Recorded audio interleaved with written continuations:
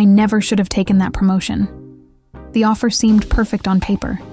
Senior marketing strategist at Elevate Global, corner office with a view of the city skyline, and a salary that finally justified my MBA debt. But they never mentioned Marcus Winters in the job description. When I first walked into that Monday morning strategy meeting, his eyes locked with mine across the conference table, and something electric passed between us. I knew immediately I was in trouble. "Everyone, this is Olivia Chen, our new senior strategist," my boss Rachel announced, her hand on my shoulder. "She's joining us from Apex Solutions and comes highly recommended." I smiled confidently, scanning the faces around the table, but my gaze kept returning to him. Dark hair with subtle silver at the temples, jawline that could cut glass, and eyes that seemed to read every thought I was trying to hide. "Marcus Winters," he said later, extending his hand in the hallway after the meeting. "Client Relations Director. Looks like we'll be working closely on the Westbrook account." His handshake lingered a moment too long, his thumb brushing against my wrist in a way that could have been accidental but felt deliberately intimate. "Nice to meet you," I replied, pulling my hand away perhaps too quickly. "Rachel mentioned the Westbrook presentation is due next week." He smiled, and there was something dangerous in it. 8 days, but who's counting? I told myself the flutter in my stomach was just first-day nerves. I reminded myself of my 3 cardinal rules. Never mix business with pleasure, never jeopardize a career I'd worked so hard to build, and never, ever get involved with someone who could become a workplace rival. By Wednesday afternoon, I knew Marcus was more than just a colleague. He was competition. We were both gunning for the same executive position that would open up when our VP retired in 6 months. Everyone in the office knew it, and I could feel the other team members watching us circle each other like wary predators. "Your proposal has potential," he said that evening, leaning over my shoulder to look at my laptop screen. We were the only ones left in the office, and I could smell his cologne, something woodsy and expensive. "But the client will never go for that budget. You're new here. You don't know Westbrook like I do." I turned my head slightly, surprised to find his face inches from mine. "Maybe fresh eyes are exactly what this account needs," I replied, holding my ground despite the warmth radiating from him. Sometimes familiarity breeds complacency. His eyes narrowed slightly, and I saw something flash in them. Respect, challenge, and something else I didn't want to name. "Dinner," he said abruptly, "to discuss strategy. Tonight." It wasn't a question. "I don't mix work and personal time," I said, turning back to my screen. "It's not personal, Olivia. It's business." The way he said my name made it sound like anything but business.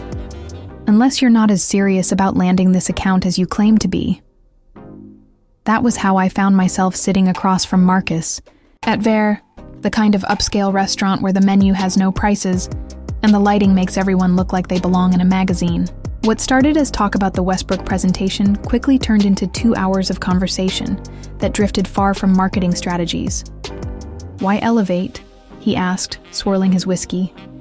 "You had offers from bigger firms. How do you know that?"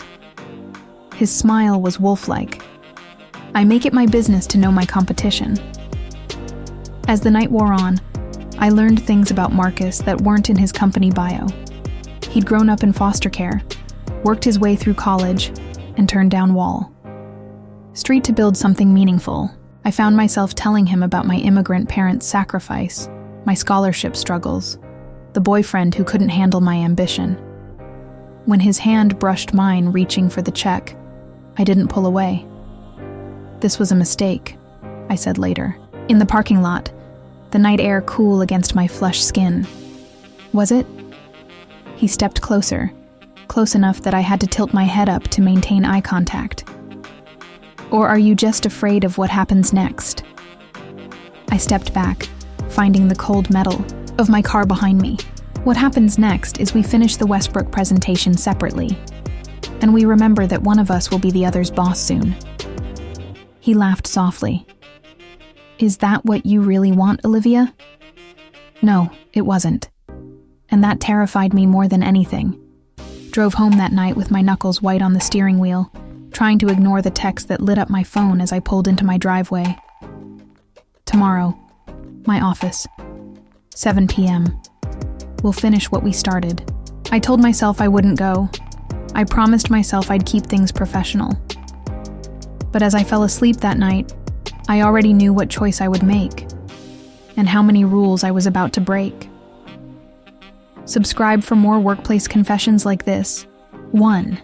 And let me know in the comments if you've ever found yourself drawn to someone you should have stayed away from. I spent the entire next day in a state of distraction. Every time my phone buzzed, I jumped. Every time the elevator doors opened, I held my breath, half expecting, half dreading, that it would be Marcus.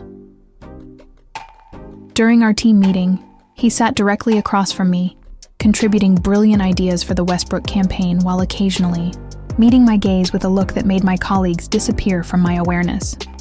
Once, when I was presenting my segment, he subtly shook his head at one of my points. The slight challenge in his eyes sparked something competitive in me, and I found myself expanding on my strategy, improvising connections I hadn't planned. The team loved it. Rachel was impressed. That was unexpected, Marcus murmured as we filed out of the conference room. I'm beginning to think you might actually deserve that reputation that preceded you. Funny, I replied, keeping my voice professional as a colleague passed by.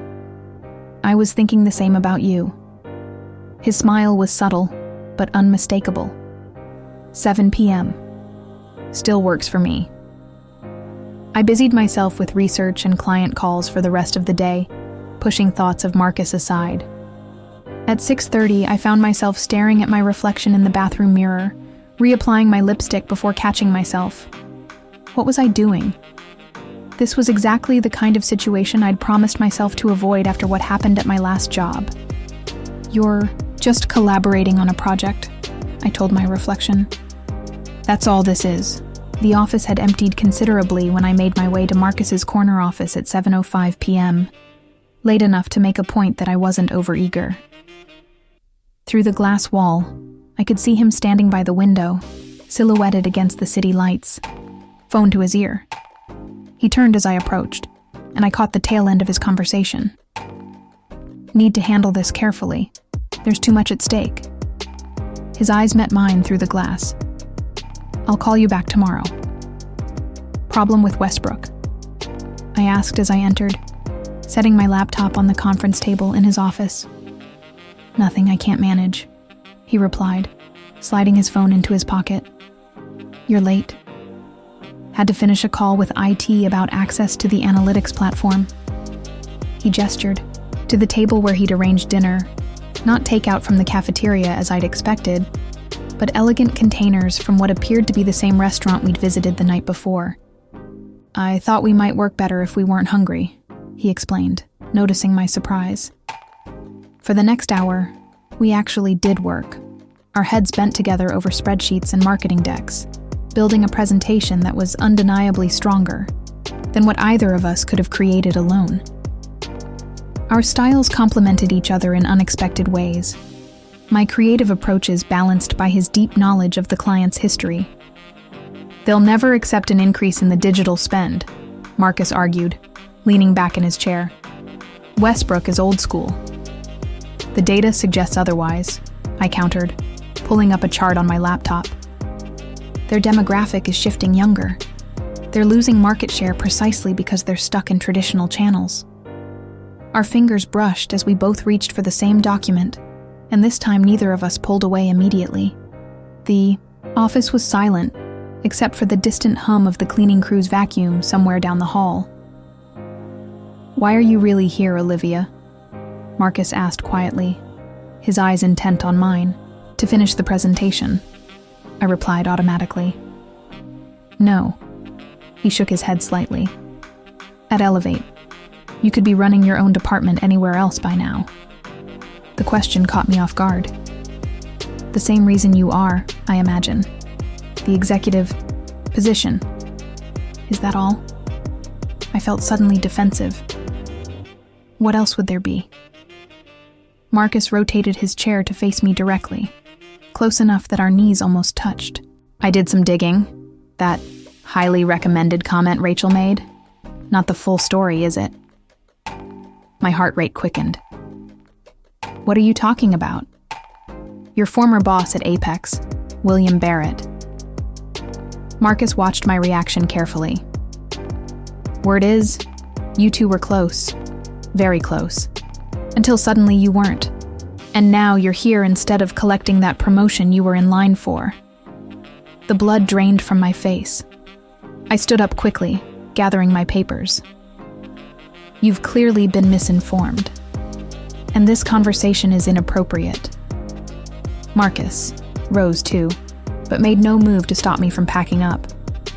I'm not judging you, Olivia. We all have our histories.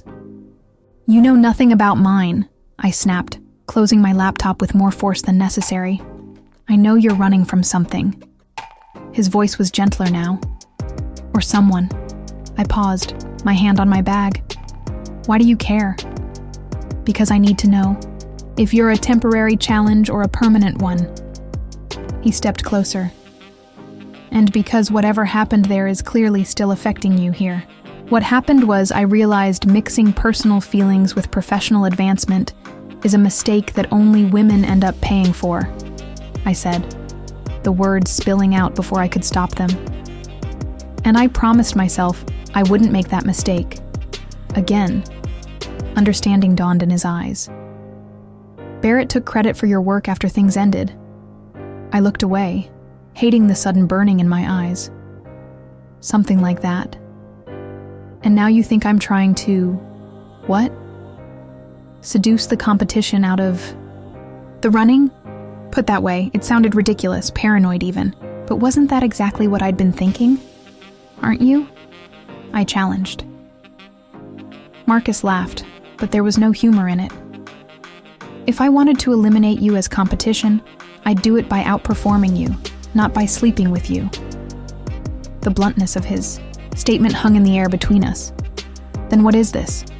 I gestured between us. These dinners, the late-night meetings? He stepped closer, close enough that I had to tilt my head up to maintain eye contact.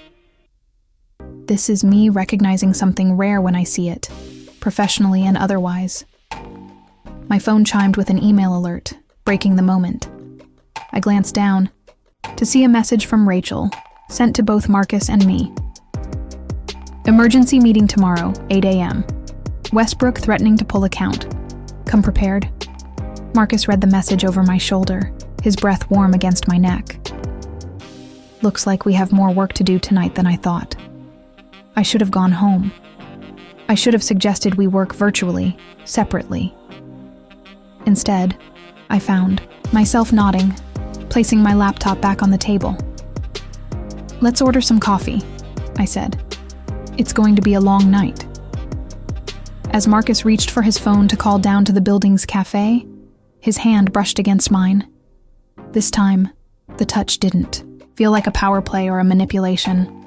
It felt like a truce, and somehow, that seemed even more dangerous. What I didn't realize then was that someone else was still in the office that night. Someone who would change everything with what they thought they saw through that glass wall. We worked until nearly midnight, fueled by espresso and the looming threat of losing Westbrook. What had started as tension gradually shifted to something that felt dangerously like teamwork. Marcus was brilliant, I had to admit that. The way his mind worked, connecting disparate ideas and anticipating client objections before they arose was impressive. Several times I caught myself watching him as he paced in front of the whiteboard, gesturing as he outlined his strategy. What? He asked, catching me staring. Nothing, I said quickly. Just, you really care about this, don't you? It's not just about the promotion. He set down the marker and leaned against the edge of his desk. Westbrook was my first major client here. 4 years of building that relationship.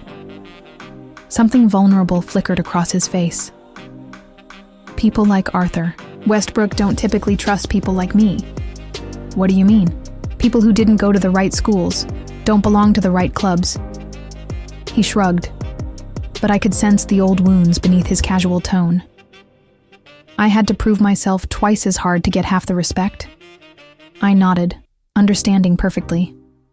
In my last quarterly review, Barrett suggested I should smile more in client meetings. Marcus grimaced. Let me guess. While male colleagues were praised for being assertive and direct, precisely. Our eyes met, and for a moment, we weren't rivals, but allies in the same unspoken struggle. The moment was broken by my phone buzzing with a text from Rachel. Expected 7 a.m. now. Westbrook flying in. I groaned, showing Marcus the screen. "You should go home. Get some sleep," he said, rubbing his eyes.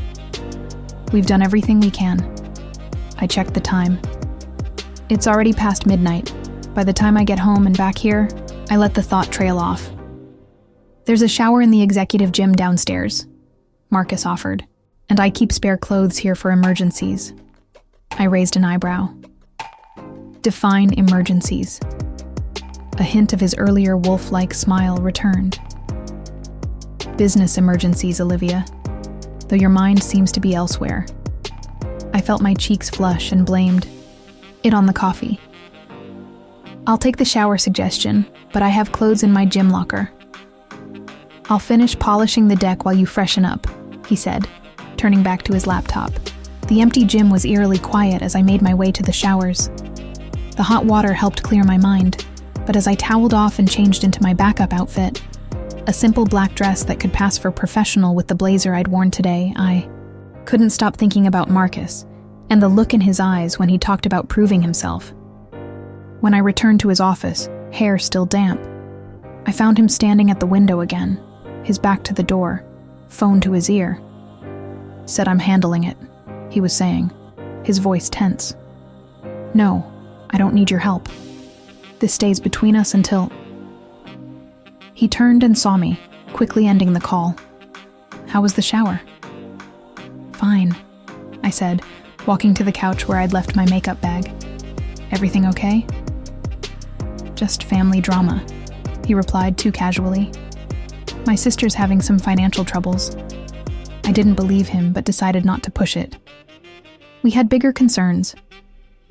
"I made some tweaks to the financial projections," he said, indicating his laptop. "Come take a look." I sat beside him on the couch, our shoulders touching as we hunched over the screen. The changes were good. Better than good.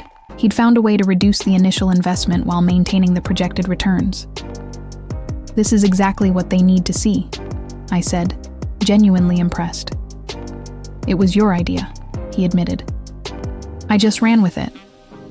Our eyes met, and suddenly I was acutely aware of how close we were sitting, how late it was, how no one else was in the office. "Marcus," I said softly, not even sure what I planned to say next. He reached up, tucking a strand of damp hair behind my ear, his fingers lingering against my cheek. "You should know," he murmured. "I'm not Barrett." "I know," I whispered. The kiss, when it came, was nothing like I'd expected. Not aggressive or demanding, but questioning, almost hesitant. His hand cradled my face gently, giving me every opportunity to pull away. Instead, I found myself leaning into him, my hand resting on his chest where I could feel his heart racing as fast as mine. When we broke apart, I kept my eyes closed for a moment, trying to regain my composure. I began. "A mistake?" he finished, watching me carefully. I opened my eyes. I was going to say unexpected. His smile was different now, less predatory, more genuine. "Professionally speaking, this is probably not our wisest move." "Probably not," I agreed, even as my hand remained on his chest, even as his thumb traced small circles on my wrist. "We should get some sleep," he said, though he made no move to increase the distance between us. "Big meeting in a few hours." I nodded, finally finding the willpower to stand up.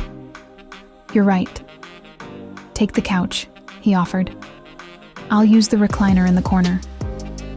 We set alarms on our phones and arranged makeshift sleeping spots on opposite sides of his large office. I curled up on the leather couch, using my blazer as a blanket, watching as Marcus settled into the recliner, his long frame barely fitting.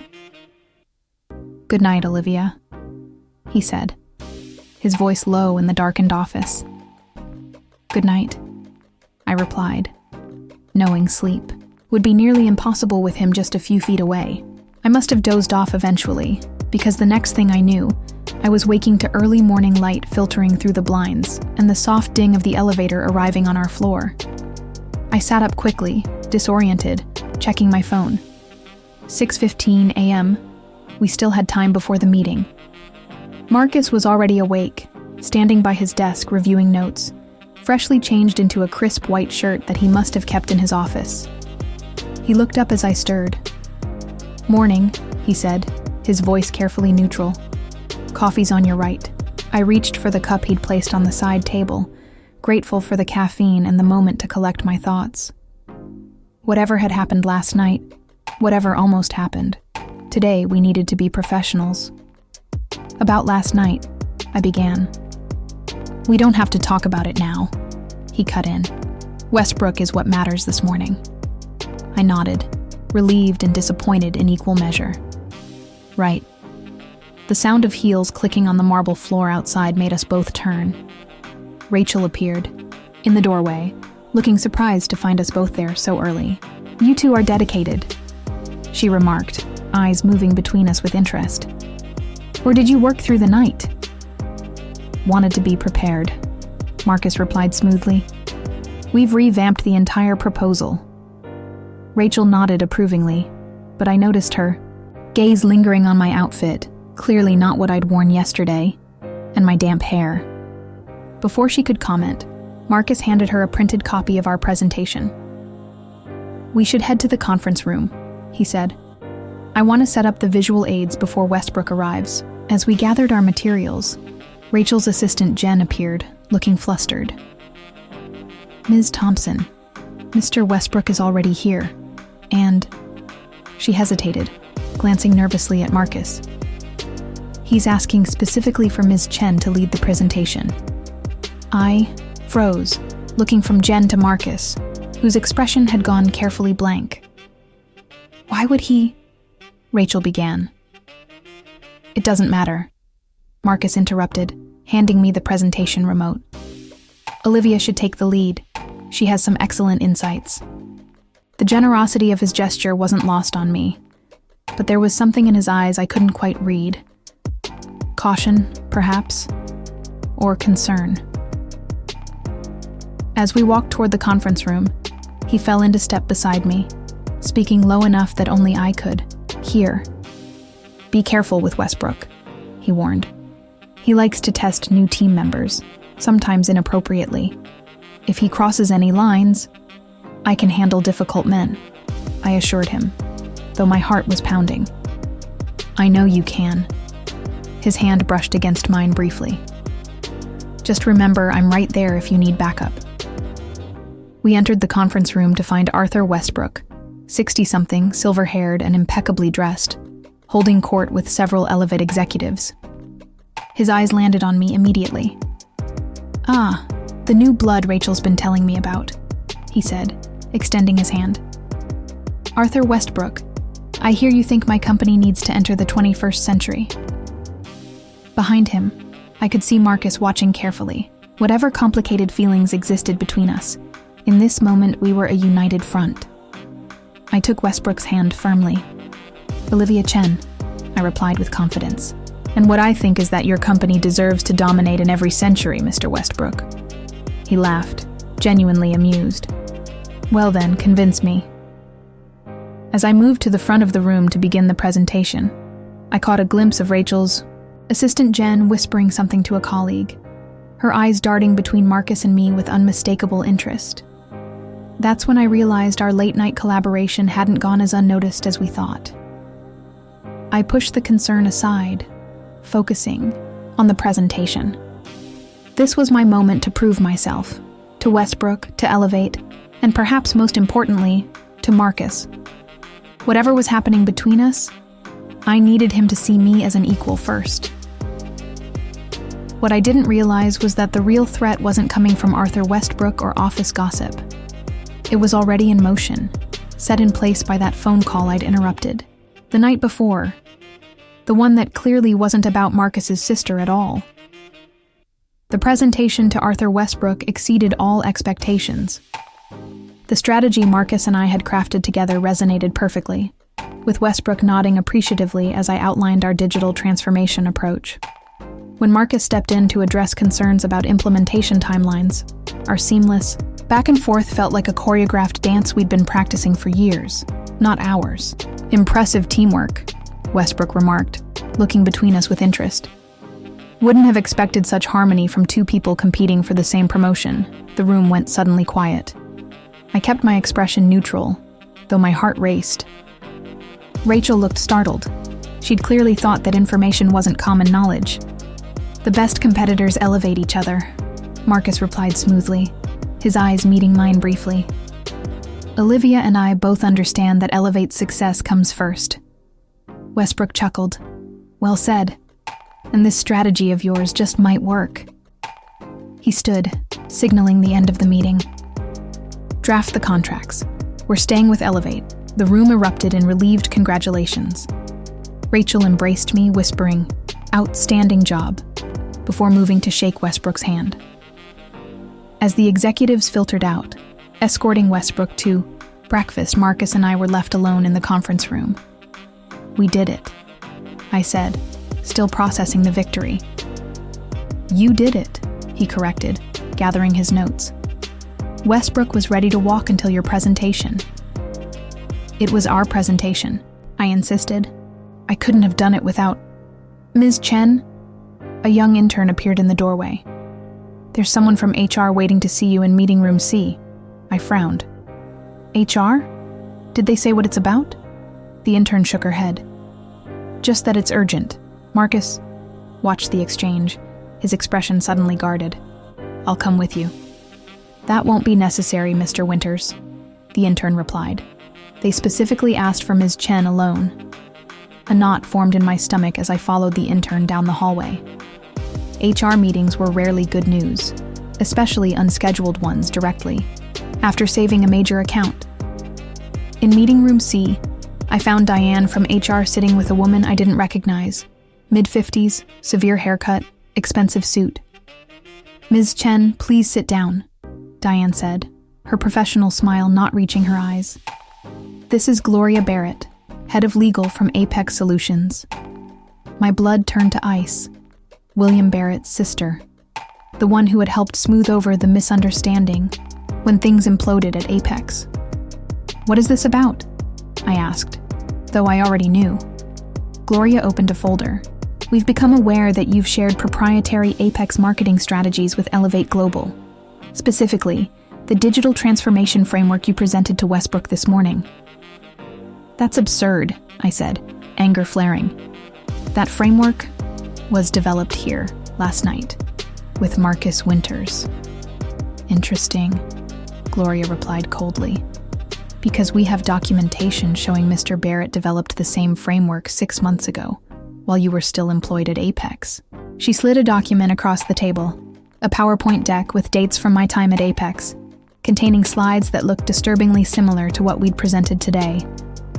"This is impossible," I whispered, flipping through the pages. "These are dated, but I've never seen this deck before." "William suspected you might take his work when you left," Gloria continued. "That's why he documented everything. We'll be pursuing legal action against both you and Elevate." The door opened, and Marcus walked in, followed by Rachel. His eyes went from the documents to my face, concern evident. "What's going on?" Rachel demanded. Gloria explained the situation, producing more documentation of the alleged theft.